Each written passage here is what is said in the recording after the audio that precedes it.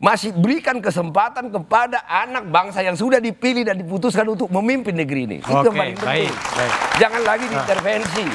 Uceng, jadi gimana sebaiknya menurut Anda sebagai orang netral di UGM gitu, sebaiknya posisi Pak Jokowi ini gimana? Ya, saya kira seperti layaknya sebuah sistem presidensial, presiden begitu selesai menjabat biasanya harusnya memang pulang. Pulang ke kampung atau kemudian itu dilakukan hal yang sama. Obama mengatakan hal yang sama, hampir semua presiden-presiden itu mengatakan hal yang sama. Yang keliru adalah kalau dipaksakan untuk berada di situ, apalagi diimbuhi dengan upaya untuk membangun koalisi besar, jadi semacam tokoh pemersatu untuk membangun koalisi besar. Lalu dibangunlah narasi seakan-akan persatuan itu penting karena kemudian tidak bersatu dan lain sebagainya itu berbahaya. Dan menurut saya ini agak tricky ya menurut saya, karena selama ini yang memecah itu sebenarnya adalah para politisi sendiri. Yang membangun narasi perbedaan, perpecahan kan para politisi sendiri. Lalu atas nama itu mencoba didamaikan dengan cara sudah kita taruh simbol satu, lalu kemudian kita damai secara keseluruhan. Jangan pernah dilupakan bahwa problem ini kan terjadi karena peran Pak Jokowi juga. Ya kan, paling tidak dalam konteks cawe-cawe di pemilu. Itu yang saya ingin katakan, bahwa kalau kita bicara ke depan ada banyak yang harus kita perbaiki, termasuk misalnya undang-undang soal lembaga kepresidenan. Ini saya kan tadi sudah bilang, saya agak khawatir sebenarnya koalisi besar ini akan membutuhkan kementerian negara yang besar, menteri-menteri yang besar, sehingga yang disasar tentu saja dugaan saya ya undang-undang kementerian negara untuk menghilangkan pasal yang membatasi 34 menteri itu. Hampir semua presiden itu mencoba mengakali 34 menteri itu dengan termasuk Presiden SBY dengan melantik begitu banyak wakil menteri, begitu juga dengan Pak Jokowi di belakangan ketika kemudian melantik lebih banyak lagi daripada yang dilakukan oleh Pak SBY. Nah, dugaan saya jangan-jangan ini yang akan disasar. Padahal menurut saya kebutuhan kita bukan di situ. Kebutuhan kita adalah lembaga kepresidennya.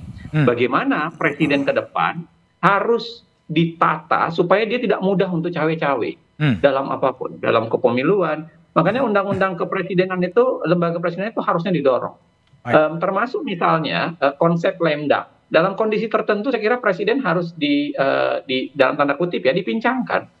Karena dia nggak boleh punya kekuatan yang sangat besar, dan kekuatan sangat besar itu dipakai untuk mengintervensi proses politik, baik kalau dia menginkambensi maupun ketika dia sudah tidak terpilih lagi. Nah, termasuk jangan-jangan menurut saya termasuk soal aturan-aturan ke depan. Bagaimana menempatkan presiden pasca habisnya masa jabatan dia. Undang-undang lembaga kepresiden itulah menurut saya yang kebutuhan realnya untuk mengatur dan memperbaiki, salah satunya adalah posisi presiden, termasuk Presiden Jokowi pasca 2024. Baik Uceng, nanti kita lanjutkan. Bang Viva Yoga, jadi ada Uceng mengatakan kalau ini koalisi besar ditampung, tentunya nanti akan membutuhkan banyak kursi menteri, undang-undang kementerian negara kemudian diubah untuk mengadopsi banyaknya menteri yang akan masuk. Kalau soal berapa jumlah menteri kan sudah ada undang-undangnya. 34. Tapi ada satu hal yang menurut saya penting soal wacana Barisan Nasional ini. Mungkin dari teman-teman PSI niatnya bagus ya, niatnya bagus agar Pak Jokowi dalam proses transisi pemerintahan ini harus berperan aktif dalam kemajuan bangsa dan negara. Tidak hanya sekedar pulang ke Solo, lengser ke Prabon, madeg Pandito Ratu. Nah, tidak hanya sekedar itu, tetapi masih punya kekuatan jaringan, kekuatan stamina untuk lagi membantu kemajuan bangsa. Mungkin idenya begitu, mungkinnya saya tangkap gitu. Jadi jangan sampai ide itu kemudian dalam sistem presidensial membuat blunder. Tidak boleh dong. Jadi sistem presidensial itu sudah menjadi bagian yang penting dalam proses pelembagaan demokrasi, dan saya rasa Mas Budiman, Pak Jokowi itu orang yang demokratis. Buktinya 01 ada partai politik pemerintah yang mendukung, 03 juga ada partai politik pemerintah yang mendukung, dan tidak cawe-cawe kan, semuanya bebas merdeka, masing-masing partai politik diberikan hak politiknya untuk mencalonkan siapa calon presiden masing-masing. Ada 3 pasang, tidak 1, ya kan? Nah, beberapa hal tentang karakter assassination kepada Pak Presiden Jokowi itu juga menjadi sesuatu yang menurut saya dalam proses politik juga harus perlu dipertanyakan. Oleh karena itu, saya itu menilai presiden itu tidak akan seperti itulah. Pak Presiden itu adalah seorang yang saya faham tentang filosofis Jawa, filosofis pewayangan.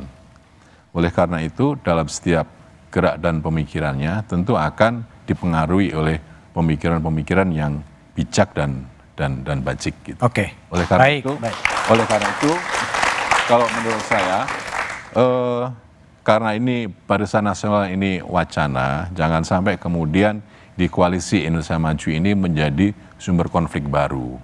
Konflik baru. Iya, tidak boleh.